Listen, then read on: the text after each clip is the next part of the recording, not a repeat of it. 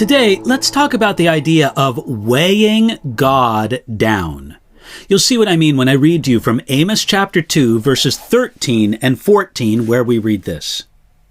Behold, I am weighed down by you, as a cart full of sheaves is weighed down. Therefore flight shall perish from the swift. The strong shall not strengthen his power, nor shall the mighty deliver himself. A common idea found in the Psalms is that we can and we should bless the Lord. Now, of course, we can't bless God in the sense that a greater bestows a blessing upon a lesser, because God is the greater and we are definitely the lesser. In that sense, he blesses us and we cannot bless him. But the idea is in a different sense in the Psalms, the sense that we bless God by worshiping him and pleasing him. We bless him by being a blessing unto him with our worship, our words, and our life. It's a beautiful idea that we can bless God in this way. Now, I say that to say that you might say that the prophet Amos here gives the exact opposite idea. Instead of being a blessing to God, Amos spoke for the Lord and told God's people that they were a weight to him. It's right there in Amos chapter 2, verse 13. I am weighed down by you, said the Lord.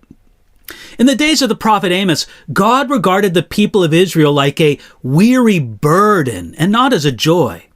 It's like the difference between the pleasure a parent feels in dealing with an obedient child and the drudgery a parent feels in dealing with a stubborn, rebellious child.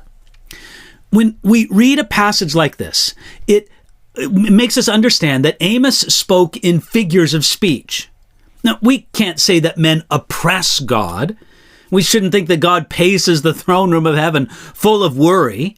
In the words of Charles Spurgeon, we know that all the sin that man can commit can never disturb the serenity of God's perfections, nor cause so much as a wave upon the sea of his everlasting calm. Yet, we appreciate that Amos speaks to us in the manner of men, telling us that God can be so pressed by the sin of man, especially the sins of his people, that it is as if he were weighed down by them. And when we read this in its context, the first two chapters of the prophet Amos, then we understand some of the ways that people weigh God down today. Anytime that justice is perverted, anytime the rich receive preferential treatment or the poor are oppressed, it burdens the God who sees from heaven and promises to set it right. Anytime people cheat and manipulate and make money off of others in questionable ways, even if it happens to be legal, then it burdens the God in heaven who sees it and promises to set it right. Anytime people unfairly profit at the expense of the unfortunate, it burdens the God who sees from heaven, and he promises to set it right. Now, what will God do with this weight? He will eventually, after much patience and long-suffering, bring judgment against those who have weighed him down. That's what Amos meant in verse 14. Flight shall perish from the swift. The strong shall not strengthen his power.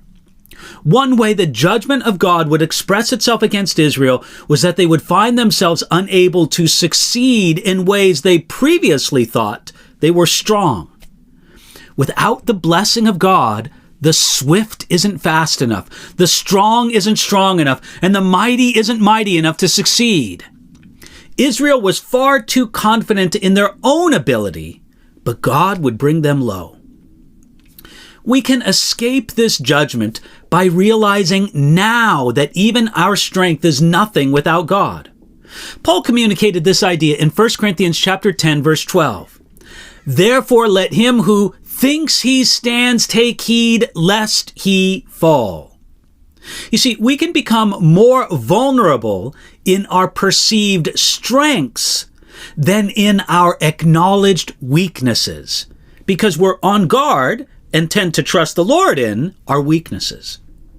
The better way is to never let it get to that place of judgment by never weighing God down in that figure of speech.